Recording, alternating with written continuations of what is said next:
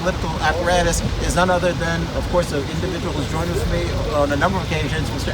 Baldeo. What's your feeling like after you saw the results? I mean, it seemed as if PPP and, the declared winner should have been President-elect Irfan Ali. Yet, however, the news we received was something completely different. So what was your feeling?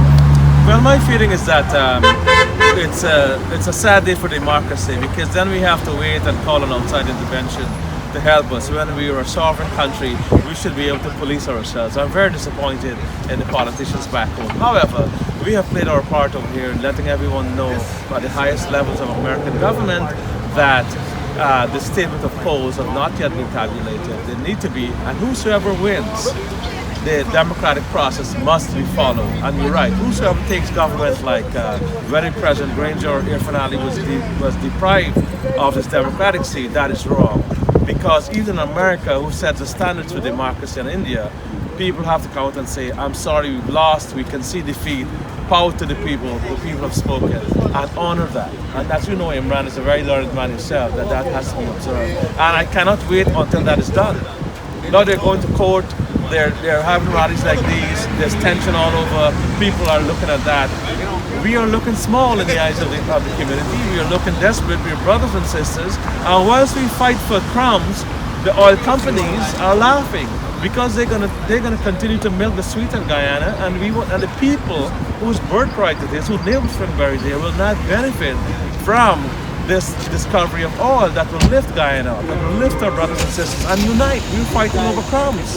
You know, actually, someone mentioned it, whether it is Xi Jinping in China, Kim Jong-un in North Korea, or whether it was in the past Lyndon Forbes Burnham, a new name has been added to the list of dictators, David Arthur Granger. Do you agree with that? Well, Granger has himself to blame. He should not have been led or by the military, or he should not have been misled or fallen. He should have called, look, this is why he has to be a statesman. He is the president.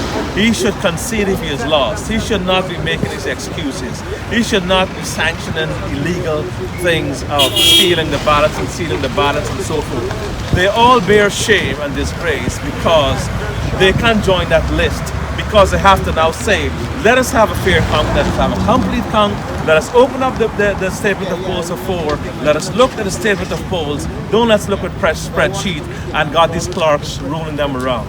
And I'm sure that they may be party to it, and if they're doing that, that's a criminal act that they're getting involved in, and it's like almost like treason when you steal a government and you try to overthrow a government. So they've got to be careful that the international community is looking. Guyana is in the spotlight, and they will bear the consequences. And yes, history will look very terribly at these people. You know, whether he has to be careful, there's one thing that, that is for sure. We, the people, whether it is people in Guyana, especially in Guyana or here in New York, we've got to be careful as well when it comes to, the way we express our opinions. Because the thing is that whether it's in Guyana, some people are fighting for democracy and yet lives are being lost. People are threatening each other on social media. Your message that, despite whatever is happening, yet we have to go through a democratic and a lawful process. Indeed, we have to, go through the democratic process. We're brothers and sisters, Queens, Brooklyn, all unite for a common cause, and that is a fair election. Whosoever wins, so be it. But if all the ballots must be counted, there must be a fair and transparent process. There must be cognizant of the people's rights. The people voted all day and they're waiting in long lines. They must respect the people. No one can self-appoint themselves president and try to steal from the Guyanese people. It's the oil too that's given this brave, this rush to steal, and they should therefore stop that. If they have lost, campaign for another 5 years and win the votes, peacefully. And as we have always tried, I've run for elections 5 times. I have been cheated in some instances, but we have had to concede, and various irregularities happen. But in this case, it is also very clear that the people's rights and their voice is being suppressed, and their votes are not being counted the right way, and that all of the politicians need to observe that. And it's a pity that I understand the United States government has made visits there, and it's ramping up the pressure. Canada, the UK, the United Nations. It's a shame that the United Nations now have to send peacekeeping forces to Guyana. When we're brothers and sisters, we all grew up in Guyana, play cricket together, love each other, go to school together. I grew up in a multi-ethnic community, and all of us. And we love our brothers and sisters. So we should not be divided by these narrow-minded politicians and selfish people who they pilfer on strife.